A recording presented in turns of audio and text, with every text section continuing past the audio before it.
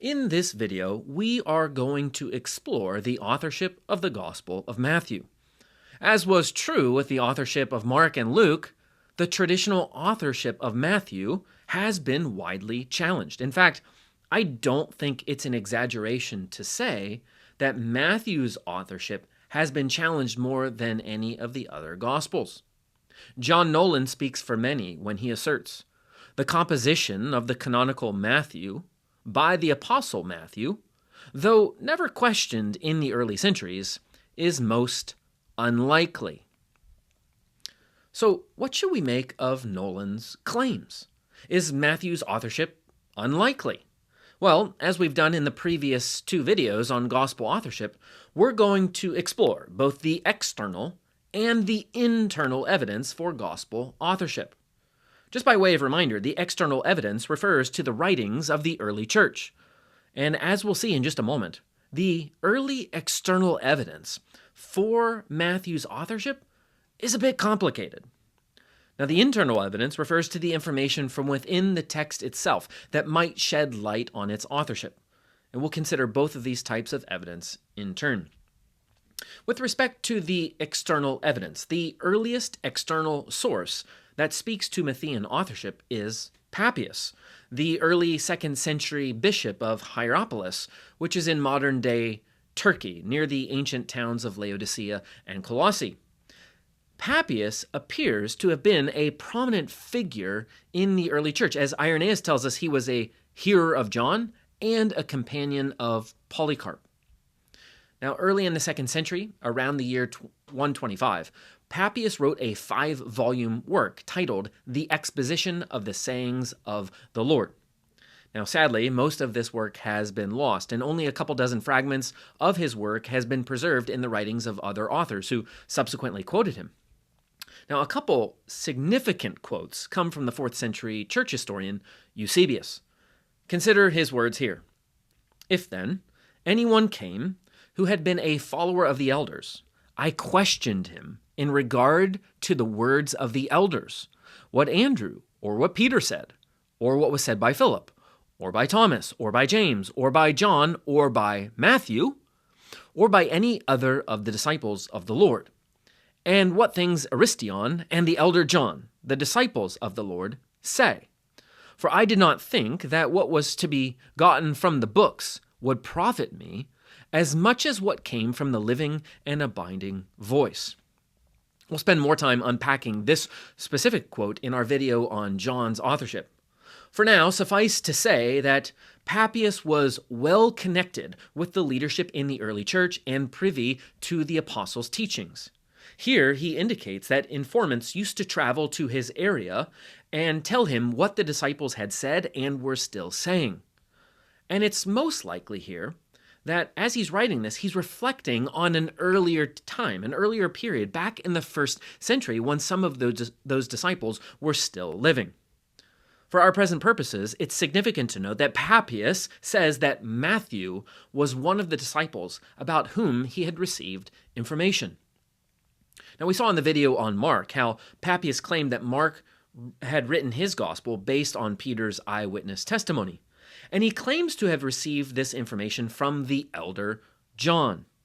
But immediately following his comments on Mark's gospel, he continues. But concerning Matthew, he writes as follows. So then Matthew wrote the oracles in the Hebrew language, and everyone interpreted them as he was able. Now, much ink has been spilt over this statement by Papias, as just about every aspect of it is debated. Most significantly is that Papias claims that Matthew wrote his gospel in the Hebrew language. Now, what exactly should we make of this? There are really 4 main options here for interpreting Papias. One is that Matthew wrote in a Hebrew or Semitic style. After all, the Gospel of Matthew that we possess is written in Greek, not Hebrew. And it shows no evidence of being a translation from another language. Furthermore, as a majority of New Testament scholars agree, Matthew made use of Mark's Gospel when he wrote his own, many times even showing word-for-word agreement with Mark which would suggest that he originally wrote in Greek. Furthermore, several of his Old Testament quotations come from the Greek Septuagint, which would also support a Greek original. Robert Gundry, a prominent person who holds to this position, maintains that if Papias meant the Hebrew language literally, he would have included the article before the word Hebrew. This, for example, is what we find in Acts chapter 21, verse 40.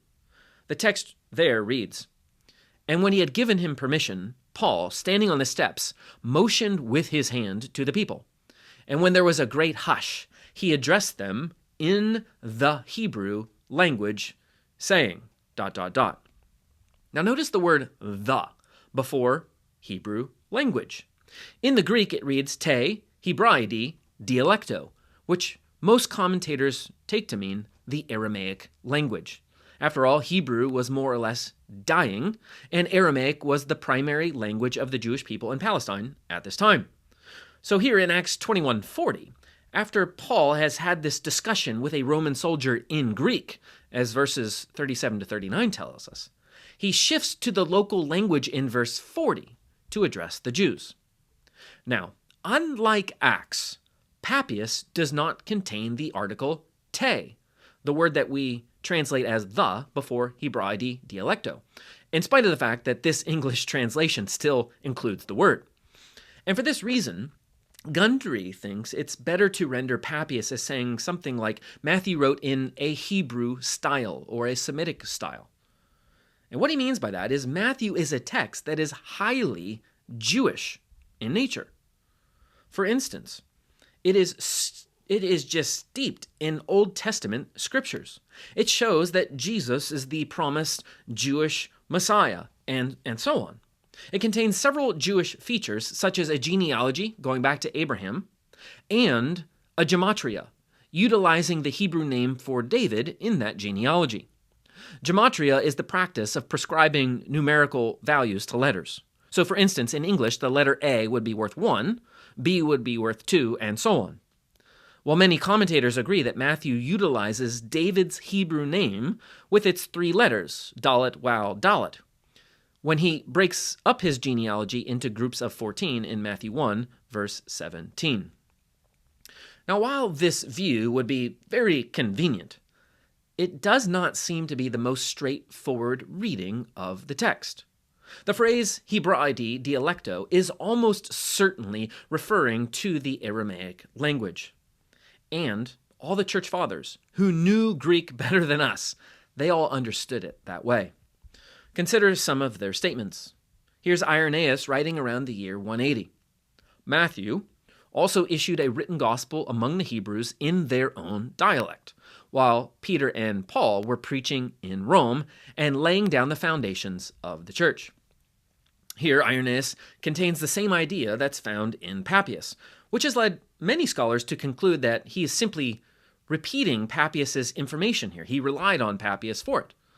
Though I think one could make a good case that Irenaeus had other sources for his information because his quote contains more information than what is found in Papias. The piece about Matthew writing while Peter and Paul were still preaching in Rome suggests that this tradition has a Roman origin. It's not from Papias, who was living in Turkey. This tradition is also present in Origen as well, who was writing just a short time after Irenaeus. He writes, "Among the 4 Gospels, which are the only indisputable ones in the Church of God under heaven, I have learned by tradition that the first was written by Matthew, who was once a publican, but afterwards an apostle of Jesus Christ. And it was prepared for the converts from Judaism and published in the Hebrew language."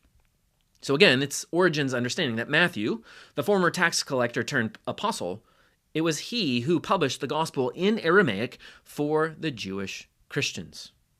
Similarly, we find in Eusebius, of the disciples of the Lord, only Matthew and John have left us written memorials.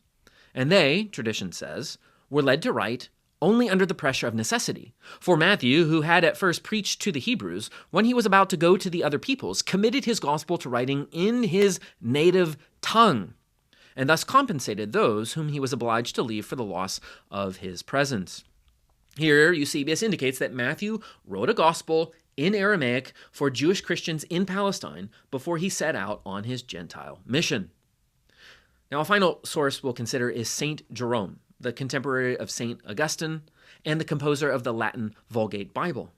He repeats the same tradition, but then he also adds some new information as well. He writes, Matthew, also called Levi, apostle and aforetimes publican, composed a gospel of Christ at first published in Judea in Hebrew, for the sake of those of the circumcision who believed, the Jews. But this was afterwards translated into Greek, though by what author is uncertain. The Hebrew itself has been preserved until the present day in the library at Caesarea, which Pamphilus so diligently gathered. I have also had the opportunity of having the volume described to me by the Nazarenes of Berea, a city of Syria, who use it. Now, if Jerome is to be trusted here, it would certainly rule out the theory that Matthew merely wrote in a Semitic style or Hebrew style. Jerome claims that not only did Matthew write originally in Aramaic, he also claims that that gospel was subsequently translated into Greek by someone else, he didn't know who. And more than that, the original Aramaic version was still available in the Caesarean library at the end of the 4th century, which he says a group of Nazarenes from Syria had described to him in detail. So, as much as the Hebrew style view would simplify matters, because we only have a Greek Matthew, I don't think it is the correct view. A second view that some people have had with Papias' quote is that he's not actually referring to the gospel itself, but to another sayings source. Now, there are a couple reasons why one might adopt this position. One is, as we've already mentioned, the Gospel of Matthew that we possess is in Greek, not Aramaic. So Papias could not be referring to the gospel. And two, Papias doesn't use the word gospel to describe Matthew's work, but oracles, ta logia in the Greek. And this also happens to be the title of Papias' 5-volume work, the exposition of the oracles of the Lord. One could also translate ta logia as the sayings, which supports the idea that Papias has a different kind of work in mind than a gospel, which contains more than just the sayings of Jesus, but his deeds as well. Many have concluded that Papias has in mind a source that just contains the sayings of Jesus, something like what we might find in the apocryphal Gospel of Thomas, or in the hypothetical Q source, which is frequently mentioned in discussions about the synoptic problem, something that we will explore further later on in the semester. That said, I think it's quite likely that Papias has a full gospel in mind here, not just a saying source. We know enough about Papias' work to know that he uses the Greek word ta logia to refer to more than just sayings. It refers to deeds as well. For instance, he uses the same Greek word to describe Mark's gospel in the previous paragraph. And based upon Eusebius' comments on Papias' works, he claims that Papias writes about far more than just the sayings of Jesus. He reports many miracles. He reports the story of the woman who had been accused of adultery, and so on. So I don't think this second view is best either. Now, a third view is that Papias was simply mistaken. For some reason or another, he got the idea that since Matthew was Jewish and his ministry originated in Palestine, he must have originally written a gospel for his people in Palestine before he set out on his Gentile mission. R.T. France endorses this position when he writes, "If Papias and those who followed him really did mean that the canonical Gospel of Matthew was originally composed in Aramaic, modern scholarship, with very few exceptions, would agree that they were wrong." He goes on to say, whatever the reason, it seems that the widespread tradition of the original language of Matthew was wrong. Now, France suggests that perhaps Papias confused the canonical Matthew with another Aramaic gospel that had been circulating early in the 2nd century. Now, just as a quick aside, we should note that the church fathers, like Papias, while helpful sources, are not infallible. They're human just like you and me, and they were capable of mistakes. Let's remember, they're not apostles, and what they say isn't Bible. At the same time, they are much closer to the events than we are, and they had more information on these matters than we do. We shouldn't assume that everything they knew is contained in the writings that have survived to us. And so these writers are trustworthy sources by and large. Now, in this particular case, while I agree that the Aramaic Gospel is very difficult to explain, I find it hard to believe that Papias and all the other church fathers kept passing along this tradition without a compelling reason. Davies and Allison are certainly correct to note, surely Papias did not concoct it out of thin air. Surely he had some basis for his assertion. Papias and those who followed him must have been privy to some kind of information that made them believe that Matthew originally wrote a gospel in Aramaic. And because of how widespread this view was in the early church, I'm just inclined to think that Papias knew something, that he wasn't wrong about this. Now, a fourth way to understand Papias is to see that Matthew wrote a gospel in Aramaic for a Jewish audience, which was later translated into Greek for a broader audience. Now, admittedly, this is a minority position among scholars, but it's the one that I find to be the most persuasive. And let me just be clear, I think this is a really difficult issue. I agree with Martin Hengel, who calls the Hebrew Matthew one of the greatest unsolved riddles in gospel writing. So I'm not certain about this, nor even close to certain. I think any of the four views could be correct. Nevertheless, I'm inclined to trust the church fathers on this one for a few reasons. One, as I've already said, I find it hard to believe that all of them would have simply passed along this tradition for no reason. They must have had more information that led them to this conclusion. Two, it's not abundantly obvious that the Greek Matthew that we have couldn't have originally had an Aramaic version behind it.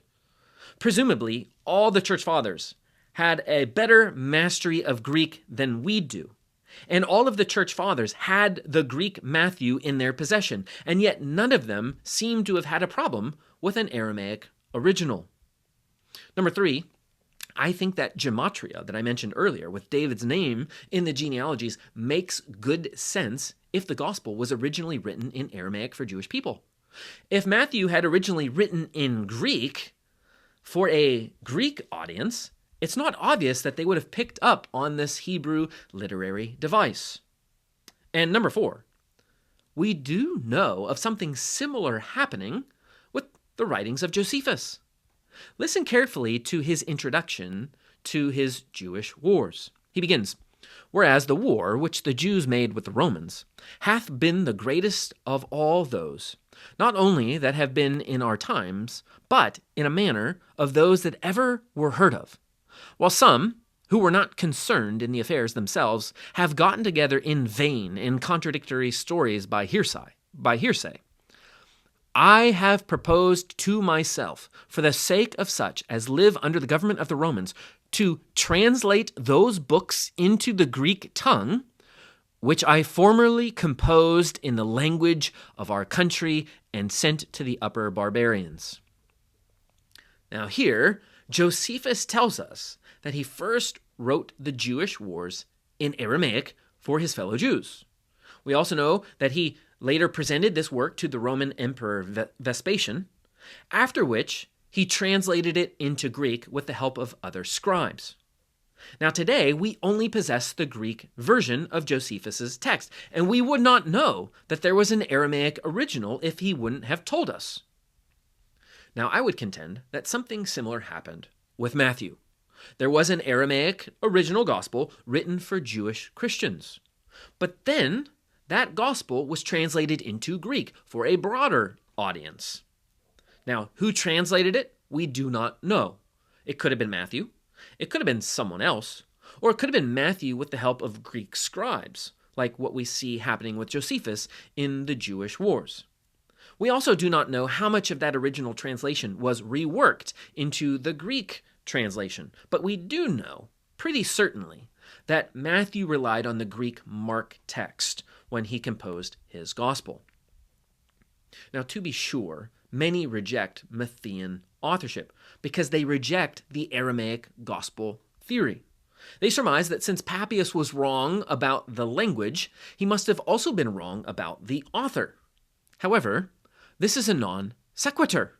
It does not follow that if someone is wrong about one thing, they must be wrong about the other. It does not follow that if Papias was wrong about the original language, which is a possibility, that he must have also been wrong about the author. We all know this to be true. None of us is right about everything. Sometimes we're wrong. We don't try to be, but sometimes we are. But that doesn't mean that we're wrong about everything.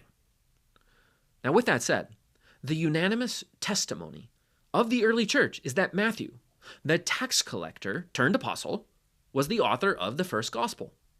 As Davies and Allison remark, there was, as far as we know, no challenge in early Christian times to the Matthean authorship of the first gospel. R.T. France goes even further when he writes, "When the unanimous tradition of the post-apostolic church names Matthew as its author, and when we have reason to believe that that tradition can be traced back into the first century, common sense, even if not critical orthodoxy, might suggest that it could be right." So in summary, going back to the early 2nd century, the unanimous testimony of the early church is that Matthew, the former tax collector turned apostle, penned the first gospel. While there is ambiguity on the language of his original gospel, there is never any ambiguity about authorship. Thus, the external evidence appears to support traditional Matthean authorship.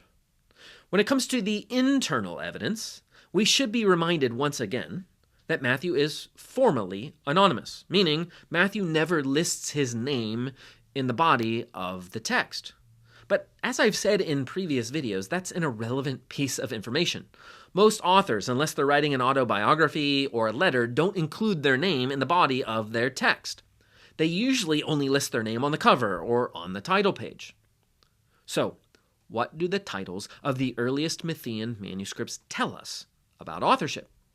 Recall that many critics contend that the Gospels were originally anonymous and that they circulated anonymously for almost a century without any titles until later on the church decided to put titles on them to give them much needed authority. Now, if this theory is correct, one should expect to find anonymous Gospel manuscripts or manuscripts that have different titles that would have reflected this later change that happened. Nevertheless, when we look at the earliest manuscripts for the Gospel of Matthew, we do not find anonymous Gospels or a diversity in titles. What we find every single time is Matthew's name. Consider this list of the earliest Matthean manuscripts. Notice that they're all titled either Gospel according to Matthew or simply according to Matthew. There is no diversity in the titles, no ambiguity about the author. It's Matthew every single time.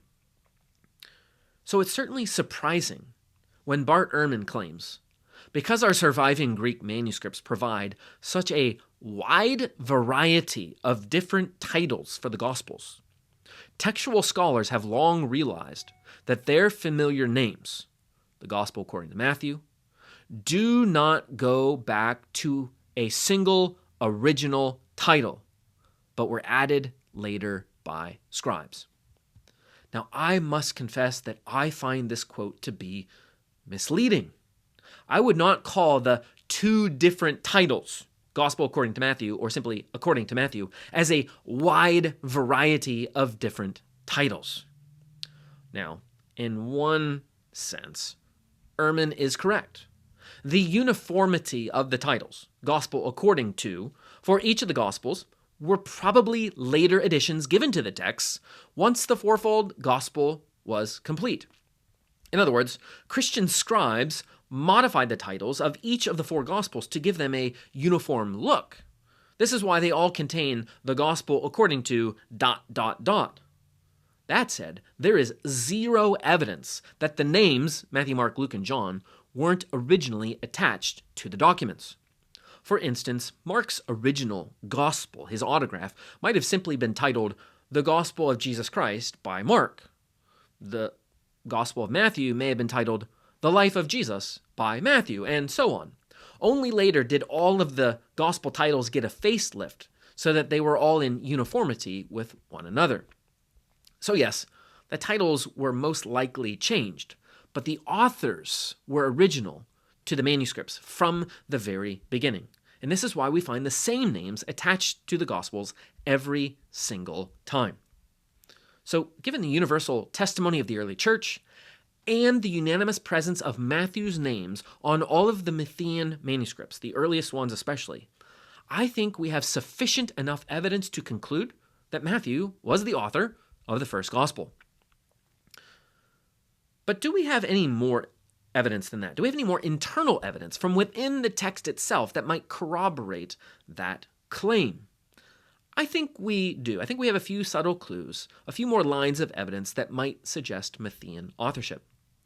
The first one is that the gospel appears to have been written by a Jewish Christian. He frequently, throughout his gospel, writes about Jewish ideas and concepts that make the most sense if they're coming from a Jew. For instance, he writes about phylacteries in Matthew 23:5 that scribes and Pharisees would wear on their foreheads or arms to show their special devotion to the Torah. He is the only gospel to mention these. As we mentioned earlier, he employs a gematria based upon the Hebrew alphabet and the numerical value of David's name. He twice calls Jerusalem the holy city. None of the other gospels do this, but this is certainly what a Jew would call Jerusalem. He's aware of the Hillel Shammai rabbinical debates surrounding divorce in Matthew chapter 19. The forbidding of oaths shows awareness of the types of oaths that Jews would take. Again, no other gospel mentions this oath section.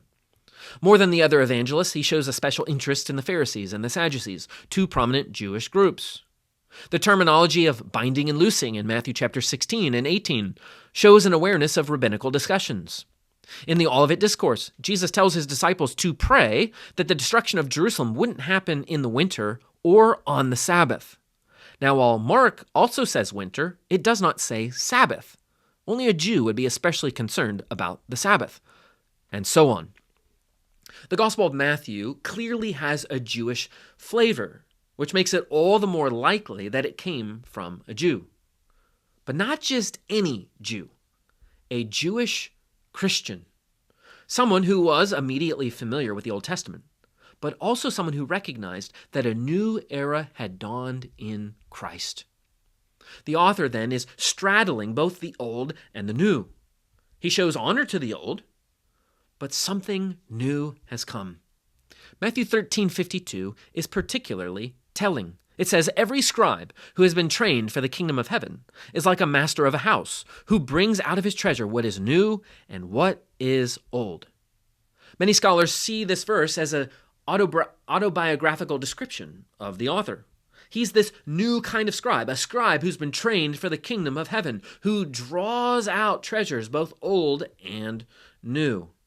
Matthew fits this bill. Now, a second piece of evidence is the numerous references to money in this gospel.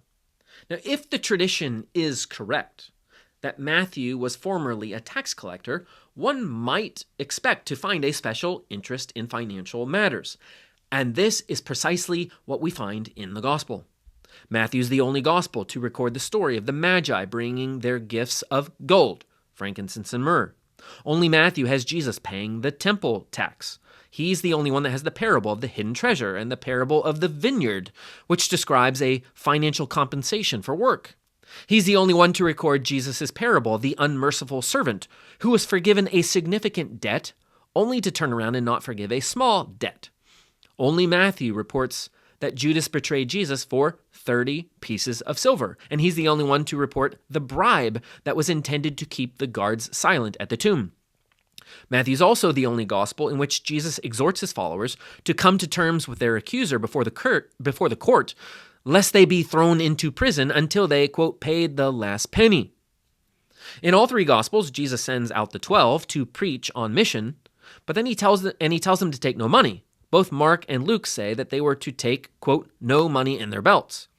Matthew, however, gives us more details. He says, acquire no gold or silver or copper for your belts. Finally, in the Lord's Prayer, Matthew says, forgive us our sins, while Matthew says, forgive us our debts. On the whole, Matthew emphasizes money far more than the other Gospels. By my count, Matthew uses financial terms of money, gold, silver, copper, talent, denarius, shekel, and mina 45 times. Compare that with Mark, who uses these same terms 8 times, and Luke 21 times. So what best explains this borderline infatuation with money? It may just be that the author's previous career was completely absorbed in money. Third, and finally, there are 2 texts that refer to Matthew by name. While all 3 synoptic Gospels report Jesus calling the tax collector to follow him, only Matthew gives the tax collector the name Matthew, while Mark and Luke name him Levi. These accounts are clearly telling the same story. The fact that the first Gospel changed the man's name to Matthew might be a subtle clue to his authorship. It's probable that he had 2 names, similar to Simon Peter. It's also possible that he acquired this second name from Jesus, just like Peter, and Matthew may have been his new name. Now, another possible clue comes in the list of the 12 disciples. While all 3 synoptic Gospels report this list, and they all mention Matthew's name, only the Gospel of Matthew refers to him as, quote, the tax collector. It's quite possible that Mark and Luke felt uncomfortable referring to him this way, since being a tax collector was notoriously frowned upon. So it's quite possible that Matthew here is the only one comfortable enough to refer to his former life in a self-deprecating way. But it's probably also a reminder to him of the amazing grace that he found in Jesus. If Jesus can save a tax collector by grace, well, he can save anyone. Now, as you can imagine, many reject Matthean authorship. The Papias quote, with reference to the Hebrew language, appears to be the primary obstacle for many. Yet there's another obstacle that's put forth by Bart Ehrman, that it's unlikely that a Galilean Jew would have had the ability to write a Greek gospel. He argues, as Galilean Jews, Jesus' followers, like Jesus himself, would have been speakers of Aramaic. As rural folk, they probably would not have had any knowledge of Greek. If they did, it would have been extremely rough, since they spent their time with other illiterate Aramaic-speaking peasants trying to eke out a hand-to-mouth existence. He goes on to say, who were Jesus' disciples? Lower class, illiterate, Aramaic-speaking peasants from Galilee. The authors of the Gospels were highly educated, Greek-speaking Christians who probably lived outside Palestine. As should be noted, this argument does not work for Luke and Mark. Remember, Luke was a Gentile from Antioch, so he would have had an excellent command of Greek. Mark as well appears to have been from the Gentile region of Cyprus. He also had a Greek name, Mark, which would support this Greek origin. Furthermore, recall that Mark's house in Jerusalem was relatively large, since we read in Acts 12 that there were many Christians there praying. And what this probably reveals is that Mark comes from money, a wealthy family, and as a wealthy person, he most likely would have received an excellent education, and he would have become literate in both Aramaic and Greek. Matthew, however, is definitely Jewish. The name Levi is a dead giveaway. So does Ehrman's argument work here? I don't think that it does. For starters, since the conquests of Alexander the Great 300 years earlier, the region of Palestine had been completely Hellenized. This means that the Greek culture, the Greek language in particular, had infiltrated the region. It was everywhere in Palestine, both in Judea and in Galilee. In fact, the 2 major cities in Galilee, Tiberias and Sepphoris, were Greek cities. And knowing that Jesus and his disciples had regular interactions with Greek speakers makes it all the more likely that Jesus and his disciples were bilingual. And this would most certainly be true for a tax collector. Not only would a tax collector have to be literate, he would have to be skilled in reading and in writing, as he would have had many interactions with people from many different backgrounds, as they were coming to him and paying their customs. In fact, his former life as a tax collector would have uniquely equipped him to be a note-taker for the disciples. I like how C.F.D. Moll puts it. He says, "Is it not conceivable that the Lord really did say to that tax collector Matthew, 'You have been a writer. You have had plenty to do with the commercial side of the topics alluded to in the parables, farmer's stock, fields, treasure trove, fishing revenues. Now that you have become a disciple, you can bring all of this out again, but with a difference.'" It seems to me that Matthew's former life as a tax collector would have uniquely prepared him to write a gospel. And let's not forget that, like Josephus, it's probable that the gospel authors utilized Greek scribes to aid them in their work. So in summary, the internal evidence corroborates the external evidence that Matthew, the former tax collector turned apostle, wrote the first gospel. The Jewish nature of the text supports the view that the author was a Jewish Christian. The abundant use of financial terms makes sense if the author was a former tax collector. And the use of Matthew's name in his call to discipleship, as well as the label of tax collector in the list of the 12, supports the view that he is the author of this text. In the next video, we're going to consider the authorship of the Gospel of John. Thanks so much for watching. Be sure to hit like and subscribe, and let me know what you think in the comments below.